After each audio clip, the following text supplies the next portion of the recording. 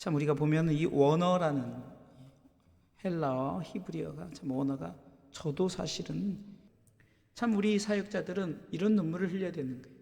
내가 큰 환난과 애통한 마음이 있어 많은 눈물로 너에게 쏟느니 이는 너희로 근심하게 하려는 것이 아니요 오직 내가 너희를 향하여 넘치는 사랑이 있음을 너희로 알게 하려 함이라. 애통의 눈물이 있어요. 이 애통의 눈물은 이 사역자들은 이 성도들을 위해서 눈물을 흘린 애통의 눈물이었어요. 고린도 교회 성도들을 위해서 뿐이겠습니까? 정말 바울은 성도들을 위해서 눈물을 흘렸어요. 물론 사역자 그러면 이렇게 단에선 저희들이 사역자일 수도 있지만 그러나 여러분들이 다 사역하는 거예요. 복음을 위해서 사역하는 여러분들은 다 사역자예요. 성경에는 고린도전서 3장에 대해서 보면 야 사역자들은 다 같은 사역자들이다. 그러면서 나는 물 주는 이가 따로 있고 심는 이가 따로 있어요. 그렇죠? 나는 심었고 아볼로는 물을 주었다 그러죠. 그렇죠? 아볼로는 동역자였어요. 제가 심는 애는 물을 줘요. 그런데 하나님은 다 같은 자 읽습니다. 나는 심었고 아볼로는 무엇을 줬을 때 오직 하나님은 자라나게 하셨나니. 그러면서 계속 7절 그러나 그런즉 심는 이나 물 주는 아무것도 아닌데 오직 자라나게 하신 이는 하나님 뿐이니라. 또 7절 계속 8절 읽어보겠습니다. 심는 이와 물 주는 이가 일반이나 각각 자기의 일하는 대로 자기의 상을 받으라. 어떻게? 눈물로 헌신해 눈물로 씨를 뿌려 나간 자들에게. 오늘 본문에 눈물을 흘리며 씨를 뿌려 나간 자가 아니겠습니까? 이 복음을 실을 때 정말 애통 금방 읽었던 고린도서 2장 4절에 내가 큰 환난과 애통하는 마음이 있다는 거예요. 내 마음속에 환난이 있다 할지라도 그 속에 환난만 있는 것이 애통하는 마음이 있어서 눈물로 너희에게 이 편지를 쓴다는 거예요. 이렇게 신앙생활 합시다. 이렇게 우리가 믿음으로 나갑시다라고 저들은 눈물로 이렇게 사역에 눈물을 흘리셨습니다. 또한 이 사역자들은 자 성도를 위해서 눈물을 흘렸다면 또 어떤 눈물을 했습니까? 교회를 위해서 우리는 눈물을 흘려야 되는 줄 믿으시기 바랍니다.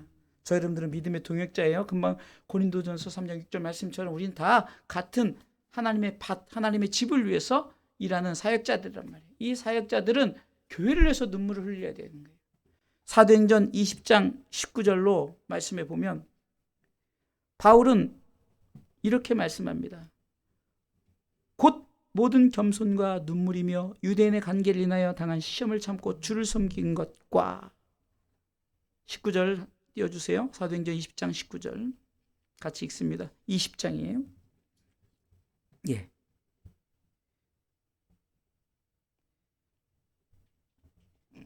같이 읽습니다. 곧 모든 겸손과 눈물이며 유대인의 관계를 인하여 당한 시험을 참고 주를 섬긴 것과 자 모든 겸손, 모든 눈물이에요. 교회를 위해서 이렇게 눈물을 흘렸어요. 바울은요, 정말로 여러 가지 고난을 당했습니다. 정말로 엄청난 매를 맞고 힘들고 어려운 고난을 당했을 때도 그의 걱정은 교회를 위한 걱정밖에 없었어요. 정말 나 자신이 이런 상황 속에서도 오직 교회를 위해서 눈물을 흘렸음을 바울은 고백합니다. 그러기에 우리 사역자들은 이 교회를 위한 눈물을 흘려야 돼요. 여러분들 교회는 개인이 아니죠.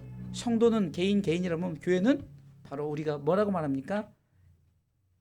예수 그리스도 그분이 교회의 주인이시잖아요. 그러니까 교회의 머리 대신 예수 그리스도 그분을 위해서 결국은 눈물을 흘려야 돼요. 그러니까 우리가 교회를 위해서 눈물을 흘릴 때는 어떤 모습을 가져야 됩니까?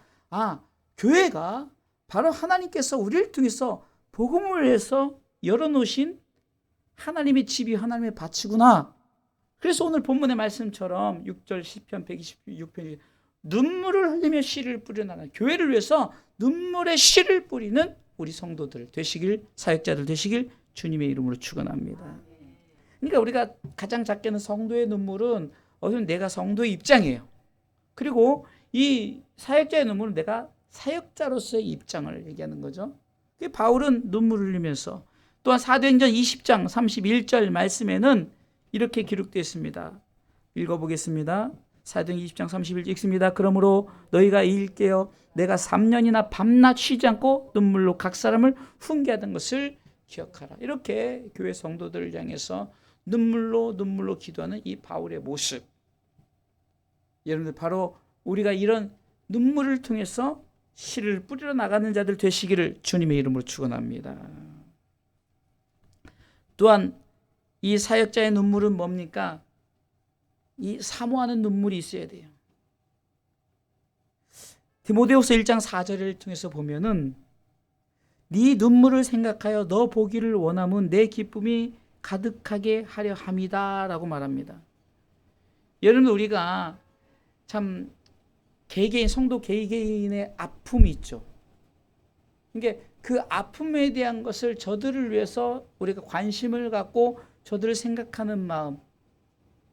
여러분 우리가 사모한다 그러면 일반적인 누가 연인을 사모한다 그것만이 아니라 우리가 성도들에 대해서 저들의 아픔과 저들의 환경 속에서 그것을 한번 우리가 함께 울 수 있는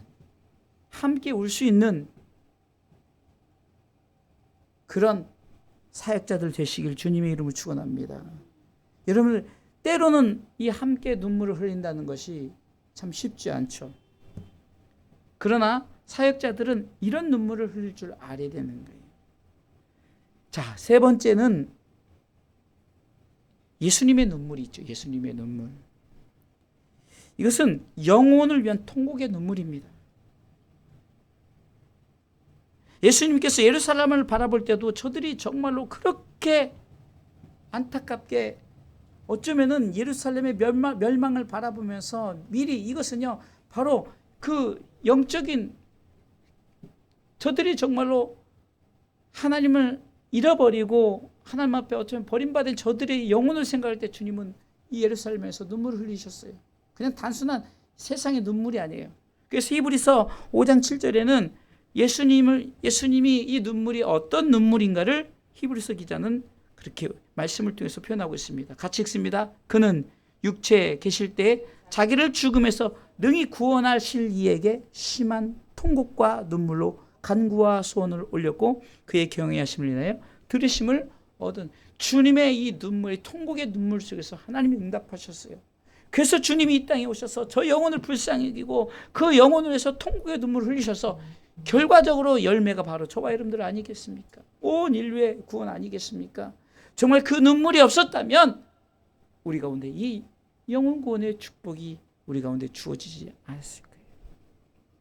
근데 이 땅에 어쩌면요 그냥 편하게 하나님으로서 왔다면은 막 군림하고 막 이렇게 그런데 그는 인간의 몸으로 오고 정말로 8일 만에 할례도 받고 똑같이 그 인간의 모습 속에서 결국은 그는 일생을 통해서 그 우리 영혼들에서 성경은 분명히 말하고 않습니다. 그는 육체에 계실 때는 살아계신 동안에 이미 부활의 그 확신을 갖고 그분이 내 눈물을 들으시는구나 내 간구를 들으시는구나 하면서 그 소원을 그래서 빌립보서 2장 13절에 너희 안에 행하시는 이는 하나님이시니 하나님께서 우리로 하여금 어떤 소원을 두고 우리가 행하게 하십니까? 예수님은 정말 모든 영혼들이 다 구원받기 위해서 같이 읽어보겠습니다. 너희 안에서 행하시는 하나님이신데 자기의 기쁘신 뜻을 위하여 너희로 소원을 두고 그러니까 지금 다시 한번 히브리서 5장 7절에 보세요. 예수님의 소원은 뭡니까? 영혼을 위한 통곡의 눈물이 응답되기를 위해서 열매를 맺기 위해서 그래서 결국은 그분의 경외하심을 통해서 들으심을 그러니까 응답을 받았다는 거죠. 눈물의 응답을 받았다는 겁니다. 그래서 예수님께서 이 땅에 오셔서 우리를 위해서 죽으심 십자가에 달리시기까지 그분은 심한 통곡과 눈물을 그래서 간구와 소원을 하나님 앞에 올려드렸어요. 그것이 응답되어서 주님이 사흘 만에 부활하시고 승천하셔서 이제 우리 가운데 완전한 약속을 이루시기 위해서 재림하겠다는 약속을 가지고 우리 가운데 오시는 예수님인 줄 믿으시기 바랍니다. 이 예수님의 눈물이 있어요. 자, 세 가지 눈물을 소개했죠. 첫 번째는 성도의 눈물. 그 희생적인 이 한 여인을 소개하면서 이런 눈물을 흘리자라고 그랬죠. 두 번째는 사역자의 눈물, 대표적으로 바울을 물론 베드로도 눈물을 흘렸고 다 사역자 눈물을 흘렸어요. 그러나 그 기록된 말씀을 통해서 정말 눈물의 사역자는 바로 바울이었죠. 이 바울이 눈물을 통해서 애통하는 마음을 가졌고 교회와 성도에 대한 애통, 교회에 대한 애통, 그런 마음을 가지고 정말 저들을 사모하고 사랑하기 때문에 눈물을 흘렸어요. 예수님은 온 인류를, 어쩌면요 성도의 눈물은 가장 그 좁은 의미, 협의적인, 그러나 점점 광의적인 의미로 예수님의 눈물은 어떻게 쓰면 온 인류의 대상이 점점 1대1에서 뭐 1대 100, 1대 만으로 되다가 1대 모든 영혼을 위해서 흘린 눈물의 범위가 이렇게 많아진 거예요. 자, 그러면 결론적으로 우리가 흘리는 눈물은 어떤 결과가 얻어지는가? 오늘 본문의 말씀에 보니까 눈물을 흘리며 씨를 뿌린 자가 기쁨으로 단을 가지고 돌아온대요. 그러니까 열매가 있다는 거죠. 열매가 있어요.